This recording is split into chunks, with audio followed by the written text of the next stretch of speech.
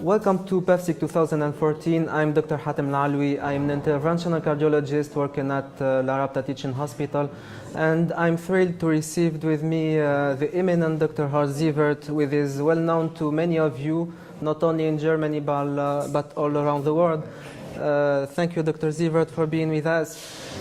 First of all, I want to raise with you the question of renal denervation. Despite the concept, which is quite elegant, and the first positive results of the trials with renal denervations, Simplicity 3 didn't meet its primary efficacy endpoints. So what are your explications? What you think about these results, and how these results can be considered otherwise than a killer blow to the technique and even to the therapy? Okay, so first of all, we have to remember that renal denervation did not come out of the blue. So there is a lot of animal data and theoretical data which supports the concept. So it has been shown in at least a dozen of different animal models that renal denervation lowers blood pressure.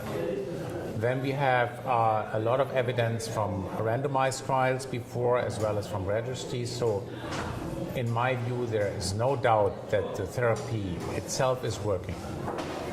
So now the question is, why is HDN3 negative? And there is a long list of things which have to be discussed in regard of that. And it's hard to say where to start. I mean, one of the major issues I saw at the results is that it's really depending upon the technique. So they did a subgroup analysis looking at the results in those patients who had really circumferential ablation and those who had not. And it actually came out that only 1 out of 4 patients had really a circumferential ablation, and all the others did not. And then they also looked at the dependency of the results depending upon how many ablations have been performed. In many of these patients, less than 4 ablations per renal artery had been performed, and in those patients who had more than 8 or 10, the results had been very positive. So it seems a lot of technical issues there.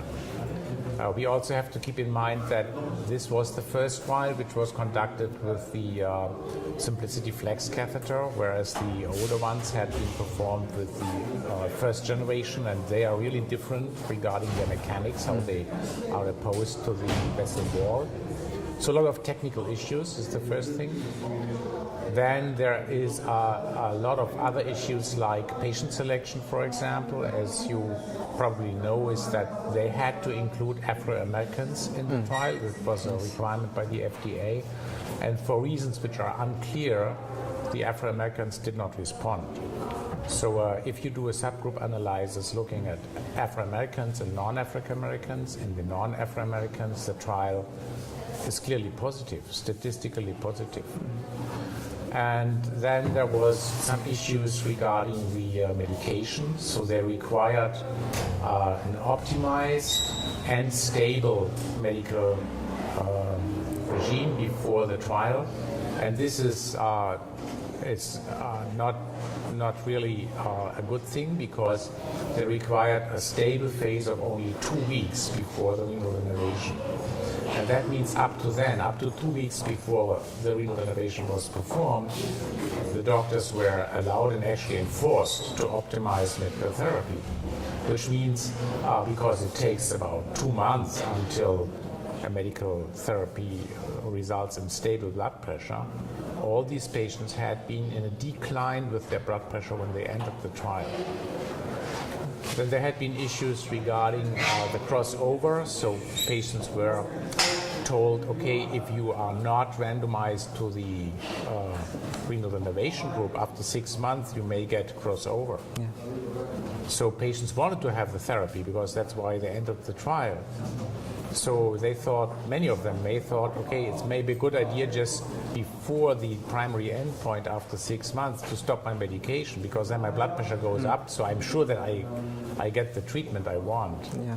So all of this is actually true for both groups, for the renal denervation group as well as for the control group, but it adds a lot of noise into the variation of blood pressure which is observed. So these are some of the most important explanations why the trial was negative. Okay, and does these negative results, for example, affected the number of patients referred to you for? Absolutely, absolutely. First of all, there is very much uncertainty now by the referring physicians as well as by the patients, so the referrals clearly have gone down. I know from the companies that the market in Europe or in Germany has gone down by 98%. So the numbers is really declining.